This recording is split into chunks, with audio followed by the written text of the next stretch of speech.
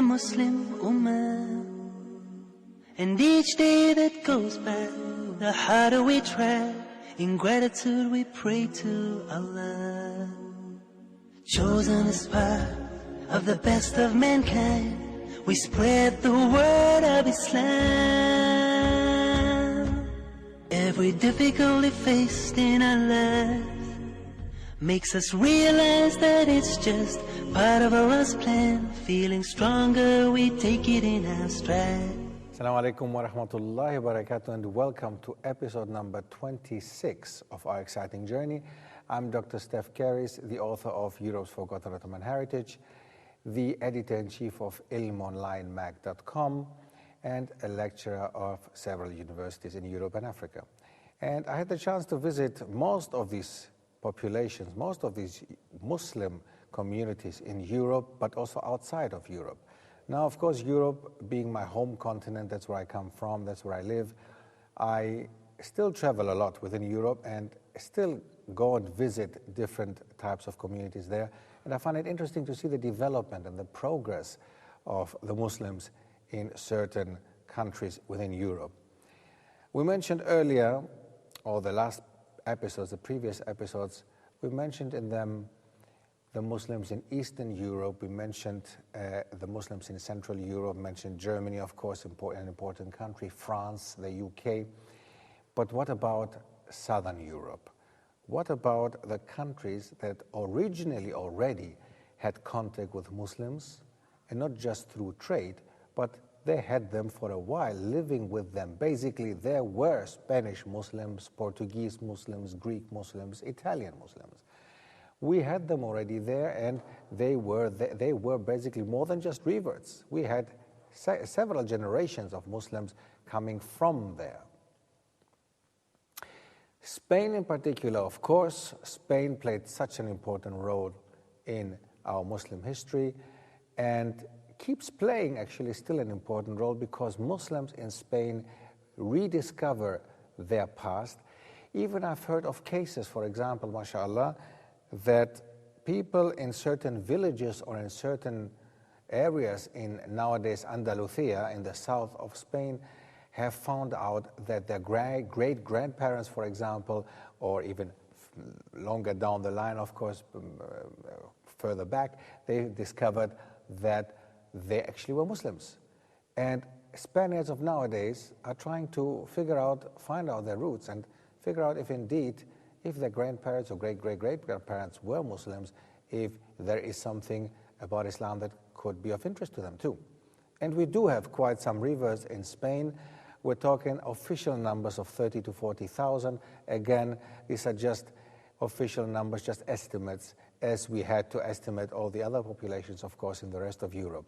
But they do play an important role there, simply because, as in the other countries, they speak the language, they are from there, they're able to move around freely and are accepted. They don't have any restrictions due to their status, being immigrants or illegal immigrants or whatever. So all this is not the case, as it is in the other countries. But furthermore, even some of them can refer back to their glorious Islamic past of more than 700 years.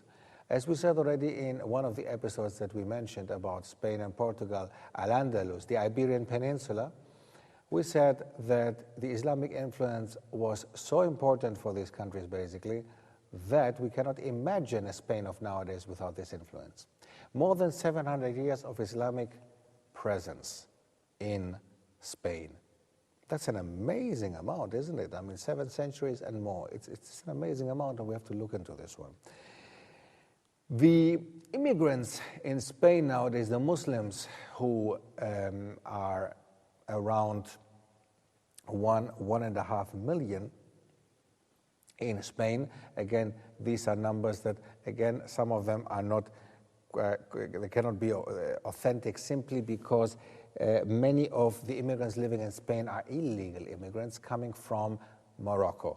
Many of them coming from Morocco and North Africa in general, or Africa even, because many Africans take the route from the African home country up to Morocco in the north and cross basically the Mediterranean Sea. Some of them unfortunately drown on their way to Spain in order to find their luck in Spain and in Europe. Many of them would like to go on. They get stuck in Spain and have to somehow survive. Many of them head towards the UK, France, Germany, the more prosperous countries in Northern Europe. And their interest is rather in employment or trying to survive even than spreading Islam. But the people who are responsible for the spread of Islam in Spain are mainly the reverts, are the ones that accept Islam and find their roots, rediscover their roots again. Seeing that Spain, of course, has such a massive history of Islam, you might expect people to have a kind of have certain emotions towards this exposure of Islamic history in Spain, and how do we deal with them? How do they deal with that? Well, there are two camps in Spain. There are two camps. There is one camp saying, nah, the Arabs, as they call them, the Arabs, this is a new thing, although they used to call them Moros, basically, the Muslims. The Arabs nowadays is a nationalizing of Islam. They did not do that much as it's said. They were here, they occupied us, they were conquerors, 700 years. Whereas the other camp says, no, they played an important role in our civilization and helped us improve also, and helped us go to America, helped us to basically move on after they left even. They left a lot of quite some legacy behind, quite some heritage behind, which we took, and we discovered America. We went on in the world, and we became a world power.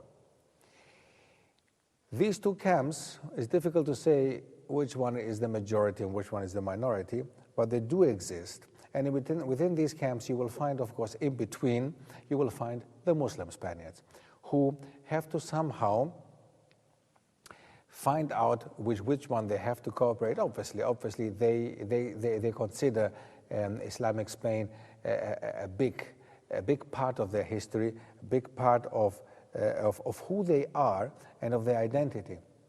And that was actually no big deal until, of course, the big 2004, 2001, of course, September 11 changed things, but also the Madrid bombings, which happened in Spain, of course, changed the Spanish population towards immigrants and Muslims and Muslim immigrants even more.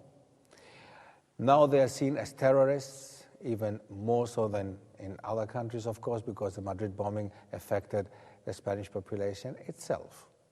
So again, the perception is different nowadays. Islam is officially a recognized religion since 1989 in Spain. It's one of the only countries that have recognized Islam, like Austria. And it is a country, well, not to forget, Spain is a European Union country, so it will play a role, it is playing a role for the recognition of Islam within the European Union. Adhan is permitted, whereas in other countries it's prohibited.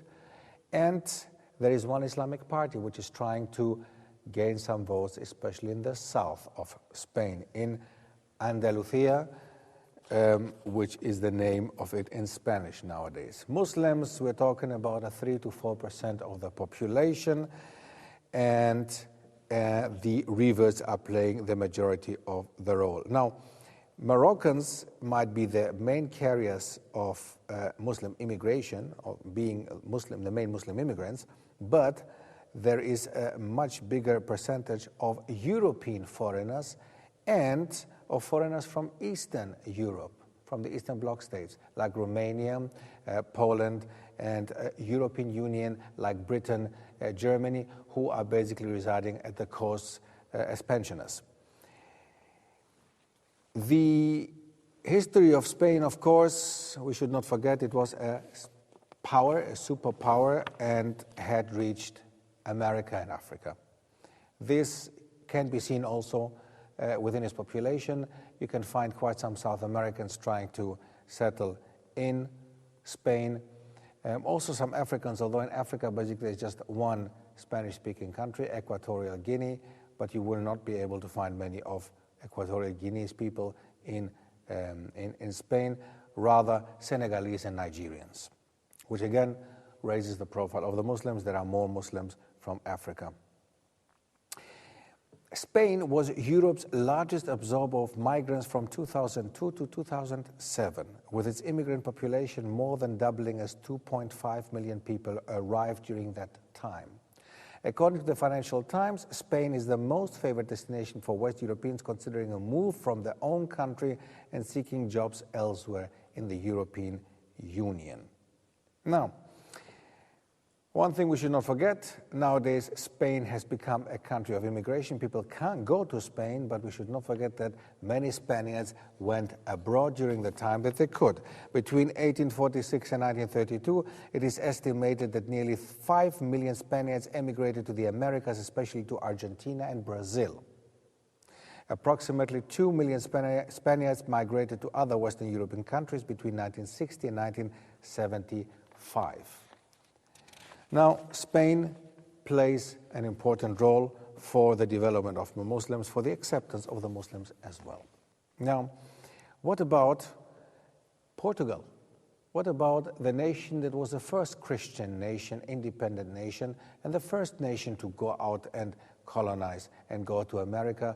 Brazil, the biggest Portuguese-speaking country in the world, and the biggest Latin American countries in America, or Latin American country. And we see that, as we had mentioned already that time, we spoke about Brazil. Islam in Brazil is much more important than Islam in Portugal. In Portugal, the population of Muslims is extremely small. We're talking about not even 1%, like in Ireland. Portugal can be in that way considered on the same level of Ireland. The Portuguese reverts are, again, a very small number. And the Islam in Portugal is carried on with some immigrants coming from their former colonies. Don't forget, Portugal was a big colonial power in Africa and in South America. Seeing that Latin America does not have that many Muslims, of course, most of them come from countries like Angola, Mozambique, Guinea-Bissau, so from these countries which were Portuguese colonies. And they are the ones who are keeping up Islam in Portugal, and they are the ones who are trying to establish Islamic centers. In Lisbon, the capital of Portugal, there is a very big and very beautiful Islamic center, which again is unacceptable in comparison to Athens again. We spoke about it before. Athens in Greece has more than 500,000 Muslims, no Islamic center. Lisbon in Portugal doesn't have more than a couple of thousand of Muslims. Throughout the whole country, it's not more than 20,000, and they have a massive Islamic center in Lisbon. The total population of Portugal is around 10 million people, and the population, as we said, is not exceeding the 20 or maybe 30,000. Again, it's not clear to, the number is not exactly clear, but it's definitely not more than 1% in general, and people come from the Portuguese overseas provinces of Guinea-Bissau and Mozambique, the former ones, and some of them from the Indian subcontinent like Goa. We should not forget that was also part of the Portuguese Empire. Macau and Goa. Macau did not have or does not have many Muslims, but Goa does, so some of the Muslims also come from that part. And that, of course, shows a nice diversity in the country, although most of the Muslims are actually having an African touch, give Islam an African touch rather than an Asian or anything else that we know from before, Middle Eastern or Arab, not at all. Portugal used to be a country of immigration. Basically, Portuguese were going to Brazil especially during the 19th century, like in other countries, but now it has become a land of accepting immigrants. As we said, an estimated 800,000 Portuguese returned to Portugal as the country's African possessions gained independence in 1975. Nearly 1 million came back. Imagine the chaos that time. So inshallah, after the break, we will go further with Southern Europe, and I hope you are enjoying the program. Assalamu alaikum wa rahmatullah. We are the Muslim Ummah, and each day that goes by, the harder we try In gratitude we pray to Allah.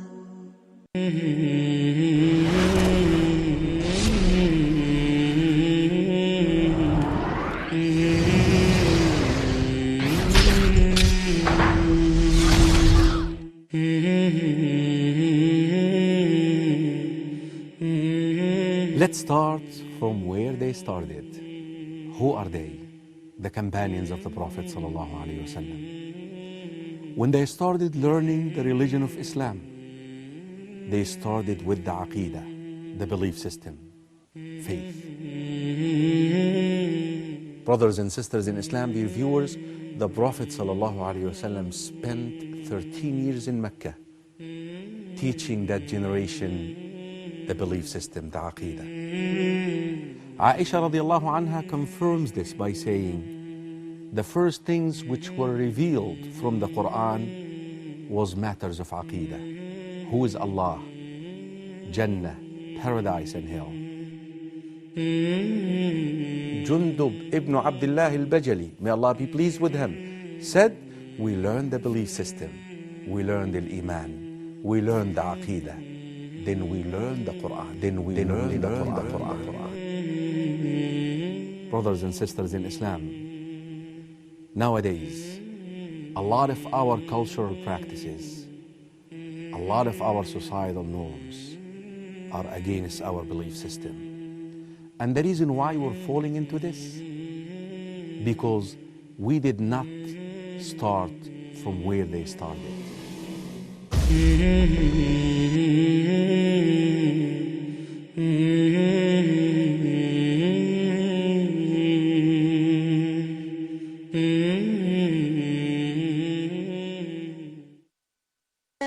The Muslim Ummah, and each day that goes by, the harder we try. In gratitude we pray to Allah. Assalamu alaikum wa rahmatullahi wa barakatuh, and welcome back after the break. Now, before the break, we had the chance to look into Spain and Portugal, the Iberian Peninsula. We know from before that the Iberian Peninsula was, for 700 years, part of the Muslim empire, part of Muslim civilization. Now they had to leave, Muslims and Jews had to leave these countries, both of them had to leave the peninsula, and nowadays what keeps up Islam in Spain and in Portugal are immigrants, but in Spain, more than in Portugal, reverts who have rediscovered or are rediscovering their past. Portugal, to a lesser extent, it has more African immigrants from their former colonies who are establishing Islamic centers and mosques within the country. Lisbon has a massive Islamic center, as Madrid also has. Italy, how does it look there? What is the situation in Italy? A big and important country, part of the G7, an industrialized country, very developed in many ways, but divided between north and south, so having own problems already. Italy was known and is known to be a country of immigrants, leaving actually Italy, especially during the 19th and 20th century, when most of Italians went to America, to the Americas, North as well as South America.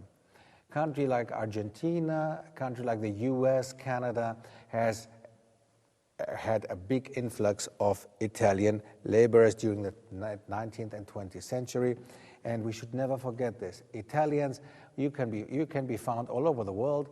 Within Europe, also many of them went to Germany during the 60s, when Germany was signing treaties with other European and non-European nations to come and work in their factories. So now, this has all changed. The picture of Italy is different now. Italy has received quite some immigrants, people living in their country from abroad, and many of them coming from countries like Morocco, Egypt, and Tunisia, as Muslims mainly. Now we have other immigrants coming from Eastern Europe especially, have settled in Italy, and the majority is actually not Muslim. To be honest, the majority is not Muslim, but because, of course, we're talking about the Muslims in Italy, we will have to mention the North African element, which is very important in Italy because that's what is establishing now there. We should not forget that Italy was a smaller colonial power and it was trying to reach the bigger ones, and it basically in Africa had 2 or, if you want, 3 colonies. Libya was one, Somalia was another one, and Eritrea was another one. So basically 2 at the Horn of Africa, where Islam went first, mashallah, and Libya, which is a North African country. So we expect to find some more of these immigrants from these countries in Italy.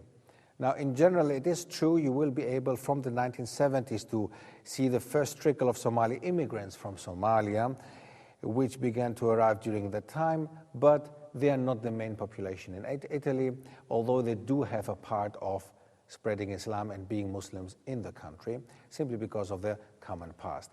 Most of the Somalis went to countries that received them straight away, like in Australia, like North America, the UK, and the Scandinavian countries and the Netherlands. But some of them also went to Italy and, of course, play a role now in the development of Islam there. Today, there are approximately 1.5 million Muslims in Italy, which is not a massive population. There are as many as in Spain, but the population of Italy is much bigger than Spain. It's 60 million, whereas Spain is 40 million. So the percentage is different, of course. And still Islam is the second largest faith after Catholicism in Italy. Another important part about Italy, an important point for Italy, is the reverts. Now, Italy, together with France, are the countries in Europe which has most of the biggest number of reverts in Europe, but also in the world, together with the States. So Italy, strangely enough, having the Pope there, still does not help Italians to stay Catholics. Many of them accept Islam, and many of them are responsible for the spread of Islam in such a way that, for example, in the 90s, many people from the Vatican, many clerics from the Vatican actually came to the point to warn people of Islam and of Muslims. Recently, women were warned to marry non-European Muslims. Sorry, non-European immigrants, basically, not Muslims, non-European immigrants or non-European people, simply because they said that the culture is not on the same level like the Italian culture and religion, of course. Now, it is interesting to see how people look at certain other people and their cultures, and how they're trying to influence, of course, what has to happen. So there is not a lot that they can do, basically. Islam is spreading still in Italy in such a way that it doesn't anywhere else except in France. So we are talking most probably about a number of 200 to 250,000 Italian reverts, if not even more. The equivalent number in France, most probably even 300,000 French Muslims, who are really a massive amount in comparison to the rest of the countries, in contrast to the rest of the countries. The total representation of Muslims in Italy's population percentage is just 1.4%, a bit more than 1%. That's not really a massive amount, seeing that in other countries, of course, like in Germany, it's 5%, in France, it's 10%. It's not, of course, a massive amount, but they are visible. And some of these immigrants are illegal immigrants who are persecuted by the Italian population. There's a lot of racism and xenophobia going on, actually, in that part of the world. Although Italians were the ones who can be still found all over the world and had most probably such a massive Italian population all over the world as they have the population living in Italy now. The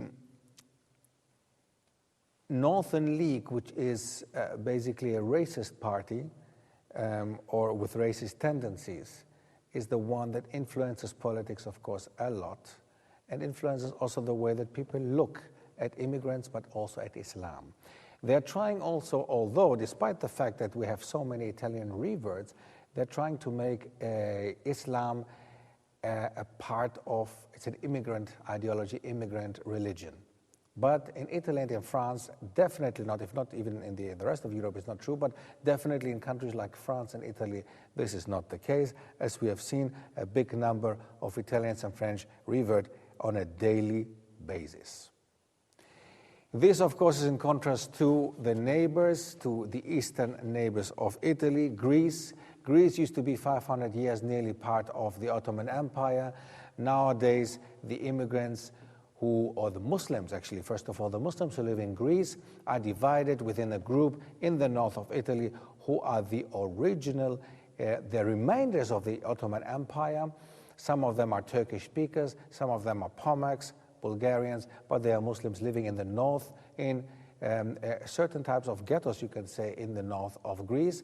But the immigrants play a much more in the bigger cities, especially in the capital, Athens, which has 5 million inhabitants. Nearly 500,000, if not even 500,000 to 1 million, are immigrants. 500,000 of them, it's said officially, again, difficult numbers here, 500,000 are Muslims, around 1 million, one something are immigrants in general, and half of them are Muslims.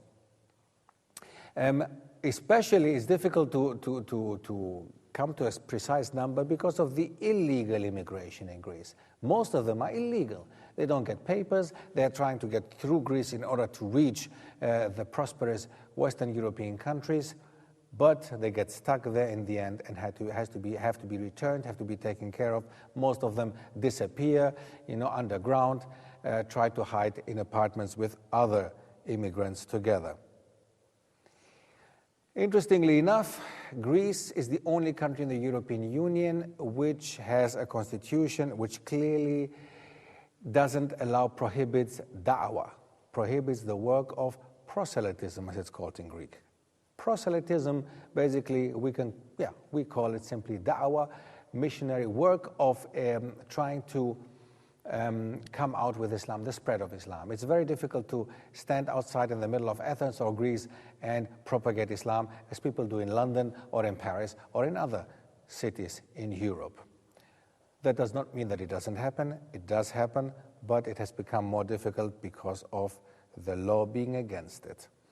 Now, in the north of Greece, the Muslims who live in that region, which is called Thrace, are not more than 150,000, just 1% of the population, not more, whereas the others, as we mentioned, are probably around 500,000, of whom most of them are Arabs, Albanians, and Balkan Muslims.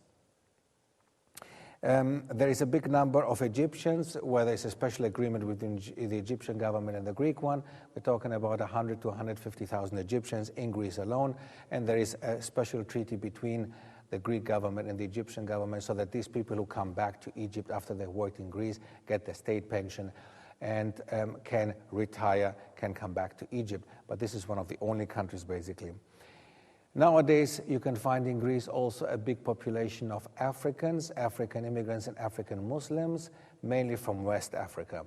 Nigerians, Senegalese, Congolese maybe, going further down to Central Africa, are the biggest number of people who come from West Africa or Africa in general. Now, we've come to the end of our episode, and I hope that it was interesting enough for you to realize that, yes, immigration brought also Islam to certain countries, but Islam was there in other countries again before.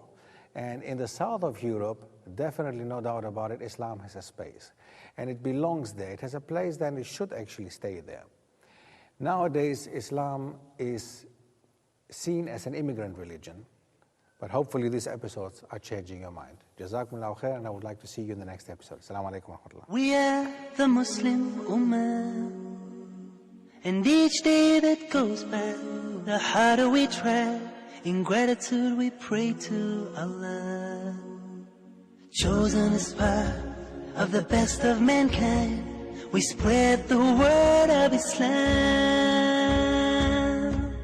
Every difficulty faced in our life makes us realize that it's just part of Allah's plan. Feeling stronger, we take it in our stride. We are the Muslim Ummah, And each day that goes by, the harder we try. In gratitude we pray to Allah.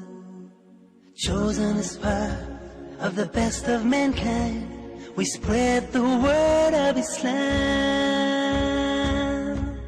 Every difficulty faced in our life